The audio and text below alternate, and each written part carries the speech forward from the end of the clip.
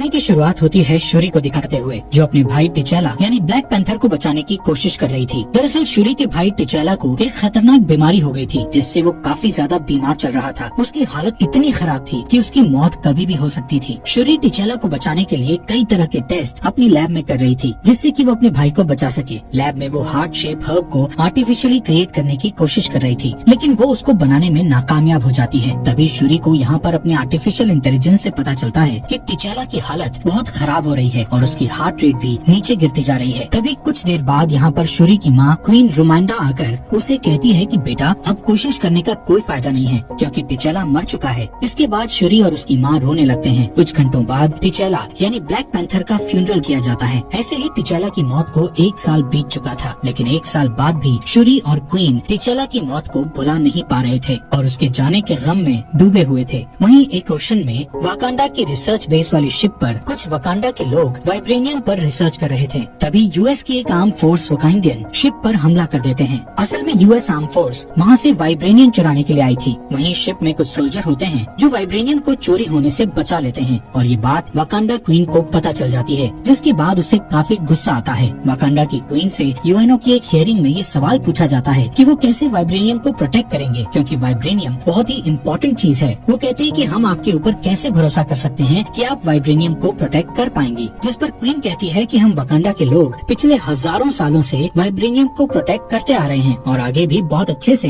Vibranium को protect करेंगे। इसके बाद क्वीन उन सोल्जर्स को सामने लेकर आती है जिन्होंने शिप पर हमला किया था। क्वीन कहती है कि तुम सबको लग रहा होगा कि अब वाइब्रेनियम को प्रोटेक्ट करने के लिए यहाँ कोई ब्लैक पैंथर नहीं है और तुम आसानी से वाइब्रेनियम को चुरा सकते हो। वो कहती है कि लेकिन ऐसा नहीं है, क्योंकि आज भी वाकांडा के योद्धा वाइब्रेनियम को प्रोटेक्ट करने में सक्षम हैं। इसके बाद क्वीन सबको वार्निंग देती है कि अगर किसी ने भी वाकांडा या फिर वाइब्रेनियम पर नजर डाली तो इसका बुरा अंजाम उन्हें भुगतना पड़ेगा। वहीं एक दूसरे ओशन में कुछ सोल्जर्स जो अमेरिकन FBI के ऑफिसर थे, वो समुद्र के अंदर वाइब्रेनियम की तलाश के लिए वहाँ गए हुए थे। उनके पास जो मशीनें थी वो आसानी से वाइब्रेनियम की तलाश कर सकती थी। यहाँ हमें पता चलता है कि वाकांडा के पास जो वाइब्रेनियम था वो इकलौता वाइब्रेनियम नहीं था, बल्कि एक और वाइब्रेनियम भी था जो अटलांटिक सागर में गिरा था। इसका मतलब ये था कि वाकांडा के अलावा अटलांटिक ओशन में भी वाइब्रेनियम मौजूद था। यहाँ अमेरिकन सोल्जर को अपनी मशीन की मदद से वाइब्रेनियम का पता चल जाता है, इसलिए FBI की टीम अपने 2 सोल्जर्स को वाइब्रेनियम को देखने के लिए समुद्र में भेजती है। लेकिन कुछ समय बाद इन सोल्जर्स पर भी हमला हो जाता है और हमला करने वाले टेरलोकॉन के सोल्जर्स थे, जिन्होंने सारे अमेरिकन सोल्जर्स को मार दिया था। यहाँ इस बात का खुलासा होता है कि जब वाइब्रेनियम अर्थ पर आया था तब उसका मेट्रॉइड वाकांडा के अलावा अटलांटिक ओशन में भी गिरा था, जो कि अब टेरलोकॉन के पास था। इसका मतलब ये था कि टेरलोकॉन के पास भी वाइब्रेनियम के कुछ हथियार मौजूद थे। इसके बाद वाकांडा क्वीन शूरी को एक नदी के किनारे लेकर आती है और अपनी फ्यूनरल की ड्रेस को जला देती है। वाकांडा के लोग सोचते हैं कि यदि किसी के फ्यूनरल की ड्रेस को जला दिया जाए तो मरे हुए इंसान की याद आनी बंद हो जाती है और उसके दुख से उबरा जा सकता है। पर शूरी को इस बात पर विश्वास नहीं होता और इसीलिए वो अपनी फ्यूनरल की ड्रेस को जलाने से मना कर देती है। क्वीन और शूरी दोनों टिचैला को याद करके रो रहे होते हैं। तभी क्वीन और शूरी देखते हैं कि नदी से कोई बाहर आता है और वो कहता है कि वो टेरलोकॉन का राजा है, जिसे बाहरी दुनिया के लोग नेमोर भी कहा करते थे। नेमोर क्वीन और शूरी से कहता है कि जब से लोगों को वाकांडा में आने की इजाजत दी गई है, तब से लोग वाइब्रेनियम के बारे में सब कुछ जान चुके हैं और इसीलिए वाइब्रेनियम को पाने के लिए उसके पीछे पड़े हुए हैं, जिसकी वजह से उसके किंगडम के कई लोगों की जिंदगी खतरे में आ गई है। नेमोर कहता है कि वाकांडा के बारे में जानने के बाद सभी लोग वाकांडा के वाइब्रेनियम के पीछे पड़ गए हैं और इस तरह जब उन्हें टेरलोकॉन के बारे में पता चलेगा तो लोग उनके भी पीछे पड़ जाएंगे। यही नहीं, नेमोर क्वीन और शूरी को ये भी बताता है कि अमेरिका के पास एक ऐसी मशीन है जो वाइब्रेनियम का पता लगा सकती है, जिसे अमेरिका के एक साइंटिस्ट द्वारा बनाया गया है। इसलिए नेमोर क्वीन और शूरी से कहता है कि उन दोनों को आपस में मिल जाना चाहिए और साथ मिलकर पूरी दुनिया पर अटैक कर देना चाहिए। नेमोर कहता है कि इससे पहले दुनिया के लोग वाकांडा और टेरलोकॉन को खत्म कर दें, उससे पहले ही उन्हें मिलकर पूरी दुनिया के लोगों को मार देना चाहिए, जिसके बाद वो अपनी जिंदगी आराम से जी सकेंगे। लेकिन क्वीन इसके लिए तैयार नहीं होती और उसके ऑफर को मना कर देती है और जैसे ही नेमोर ना सुनता है तो वो कहता है कि अगर वाकांडा टेरलोकॉन के साथ नहीं मिलना चाहता तो वाकांडा को उस साइंटिस्ट को ढूंढना होगा जिसने अमेरिका के लिए वो डिटेक्टर मशीन बनाई थी और उसे ढूंढकर टेरलोकॉन के हवाले करना होगा ताकि वो उस साइंटिस्ट को मार सके और अमेरिका कभी भी टेरलोकॉन के वाइब्रेनियम के पास ना पहुंच सके। इस काम को करने के लिए नेमोर क्वीन को 1 हफ्ते का समय देता है और साथ ही नेमोर क्वीन को धमकी देता है कि अगर 1 हफ्ते के अंदर उस साइंटिस्ट को ढूंढकर उसके हवाले नहीं किया गया तो वो पूरी दुनिया के साथ साथ वाकांडा को भी बर्बाद कर देगा और ये कहकर नेमोर वहाँ से चला जाता है। इसके बाद क्वीन डोरा मिलाजी के जनरल ओकॉय को यह आदेश देती है कि वो अमेरिका के उस साइंटिस्ट को पकड़ कर लाए, और ये जानकर डोरा मिलाजी की जनरल ओकॉय कहती है कि वो इस मिशन के लिए शूरी को अपने साथ ले जाना चाहती है। लेकिन क्वीन पहले इस बात को मानने से इनकार कर देती है, लेकिन बाद में वो मान जाती है और ओकॉय को शूरी को अपने साथ ले जाने की इजाजत दे देती है। इसके बाद आप देखेंगे कि शूरी और ओकॉय दोनों ही उस अमेरिकन साइंटिस्ट को पकड़ने के लिए अमेरिका पहुंच जाते हैं और उन्हें वो साइंटिस्ट मिल भी जाता है। लेकिन इसके बाद उन्हें ये पता चलता है कि वाइब्रेनियम डिटेक्टर मशीन को जिस साइंटिस्ट ने बनाया है वो एक कॉलेज में पढ़ने वाली साधारण सी लड़की है जो सिर्फ 19 साल की है। उस लड़की का नाम रीरी विलियम होता है। जब ओकॉय और शूरी को रीरी के बारे में पता चलता है तो वो दोनों रीरी को अपने साथ लेकर चले जाते हैं। यहाँ जाते वक्त उन्हें पता चलता है कि FBI के कुछ ऑफिसर्स उनका पीछा कर रहे हैं और उनकी नजर हमेशा से शूरी, ओकॉय और रीरी विलियम्स पर थी। FBI के ऑफिसर उन्हें घेर लेते हैं और खुद को सरेंडर करने के लिए कहते हैं, लेकिन रीरी विलियम अपने आयरन सूट को पहनकर वहाँ से निकल जाती है और उसके पीछे ओकॉय और शूरी रीरी विलियम की कार और बाइक को लेकर फरार हो जाते हैं। तीनों जैसे भी करके FBI ऑफिसर्स से बच निकलते हैं, लेकिन फिर उनके ऊपर टेरलोकॉन के सोल्जर्स हमला कर देते हैं ताकि वो रीरी विलियम को पकड़कर नेमोर के पास ले जा सके। इस वजह से टेरलोकॉन के सोल्जर्स और ओकॉय के बीच लड़ाई होती है और सोल्जर शूरी को अपने साथ ले जाने की कोशिश करते हैं, लेकिन ओकॉय शूरी और रीरी को बचाने की पूरी कोशिश करती है। लेकिन टेरलोकॉन के सोल्जर्स बहुत ज्यादा पावरफुल होते हैं, इसलिए ओकॉय उनके सामने नहीं टिक पाती और हार जाती है, जिसका फायदा उठाकर टेरलोकॉन के सोल्जर्स शूरी और रीरी विलियम्स को टेरलोकॉन किंगडम में नेमोर के पास ले जाते हैं। इस बीच ओकॉय वापस वाकांडा आ जाती है और सारे इंसिडेंट के बारे में क्वीन को बता देती है। सारा इंसिडेंट सुनकर क्वीन को बहुत ज्यादा गुस्सा आता है और वो शूरी और रीरी की हिफाजत न कर पाने की वजह से ओकॉय को उसके पद से हटा देती है। इसके बाद क्वीन नाकिया को ढूंढते हुए जाती है जो पिछले 6 साल से वाकांडा में नहीं थी। नाकिया को हर देश की पूरी जानकारी थी क्योंकि वो हर देश में घुस चुकी थी और उसे हर देश में घुसपैठ करने का एक्सपीरियंस था।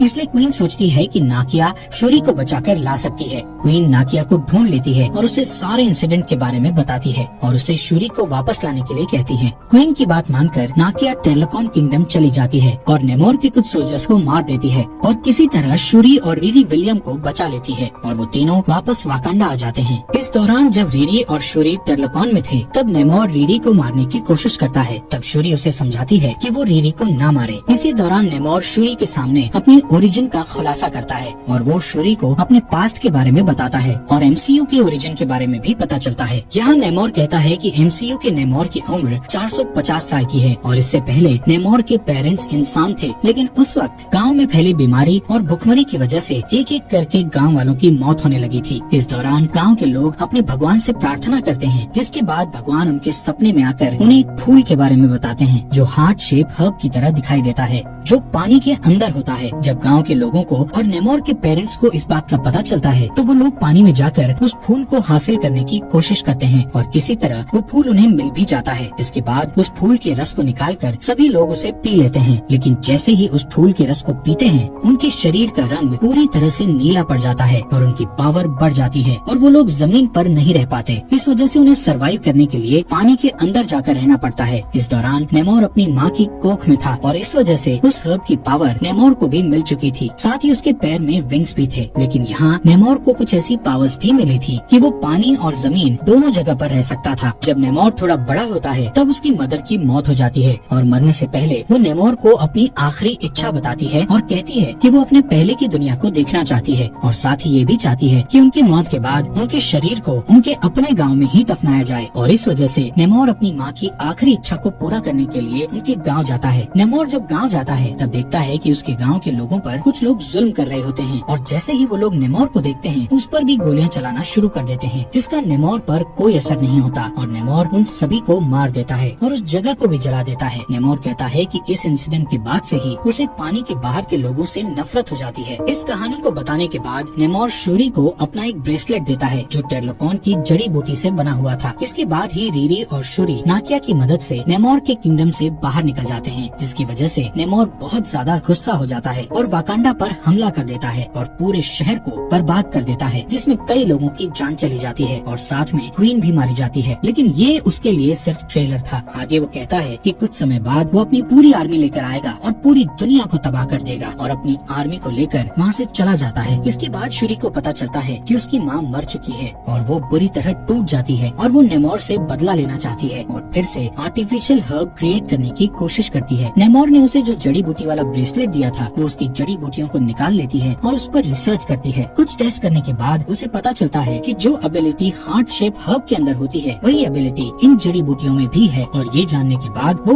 उन जड़ी बूटियों को अपने भाई टिचेला के डीएनए के साथ मिक्स कर देती है, जिसके बाद एक आर्टिफिशियल हर्ब क्रिएट हो जाता है। हर्ब तैयार होने के बाद नाकिया शूरी को वो हर्ब पिला देती है, जिसके बाद शूरी को ऐसा लगता है कि उसे उसके मदर या फादर नजर आएंगे, लेकिन ऐसा नहीं होता और शूरी को किलमोंगर नजर आता है, जो शूरी को कहता है कि वो अपने भाई की तरह बिल्कुल भी नहीं है, वो टिचेला की तरह महान नहीं है और बिल्कुल किलमोंडर की तरह है और वो भी सिर्फ बदला लेना चाहती है। शूरी को ये सुनकर अच्छा नहीं लगता और उसे जलन होती है। इसके बाद शूरी को हर्ब की वजह से कुछ सुपर पावर मिल जाती है और वो अपना ब्लैक पैंथर सूट पहनकर नई ब्लैक पैंथर बन जाती है। इस दौरान शूरी के साथ लैब में रहते हुए रिरी विलियम अपने लिए एक और एडवांस आयरन सूट तैयार कर लेती है। यहाँ पर शूरी और रिरी को ये पता चल चुका होता है कि नेमोर की कमजोरी हीट है और अगर वो हीट के कांटेक्ट में आएगा या फिर पानी से ज्यादा देर तक दूर रहेगा तो कमजोर पड़ जाएगा। इसके बाद शूरी अपनी आर्मी को तैयार करके नेमोर के किंगडम पर हमला करने चली जाती है, जहाँ वाकांडा और टर्लकॉन के बीच बहुत बड़ी जंग छिड़ जाती है। शूरी अपने ब्लैक पैंथर सूट को पहन कर जाती है और नेमोर को अपने शिप में ले आती है, जहाँ बहुत बड़े बड़े हीटर थे। उस हीट की वजह से नेमोर की ताकत थोड़ी कम हो जाती है, लेकिन उसके हाथ में जो वाइब्रेनियम स्पीयर था उसकी वजह से वो अभी भी काफी पावरफुल था और उसकी मदद से वो पूरे शिप को डिस्ट्रॉय कर देता है। इससे पहले कि शिप नीचे गिरता, शूरी उसे उड़ाकर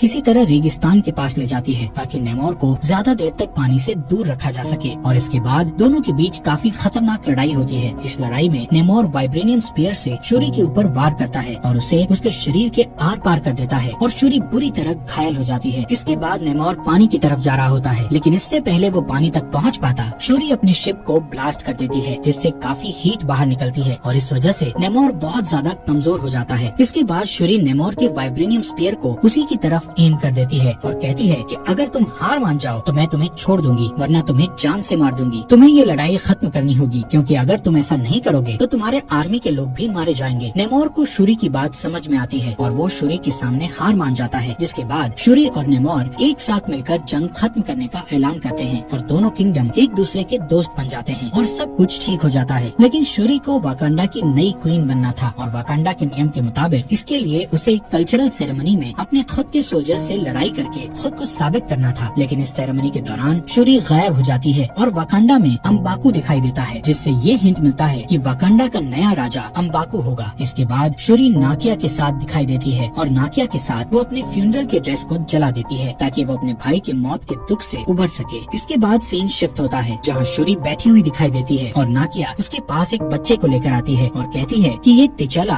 और नाकिया का बेटा है, जिसे दोनों ने छुपा कर रखा था और क्वीन के अलावा इस बारे में और कोई नहीं जानता। इसके बाद नाकिया का बेटा शूरी को अपना नाम बताता है और कहता है कि वो सम्राट टिचेला का बेटा है और उसका नाम टिचेला है।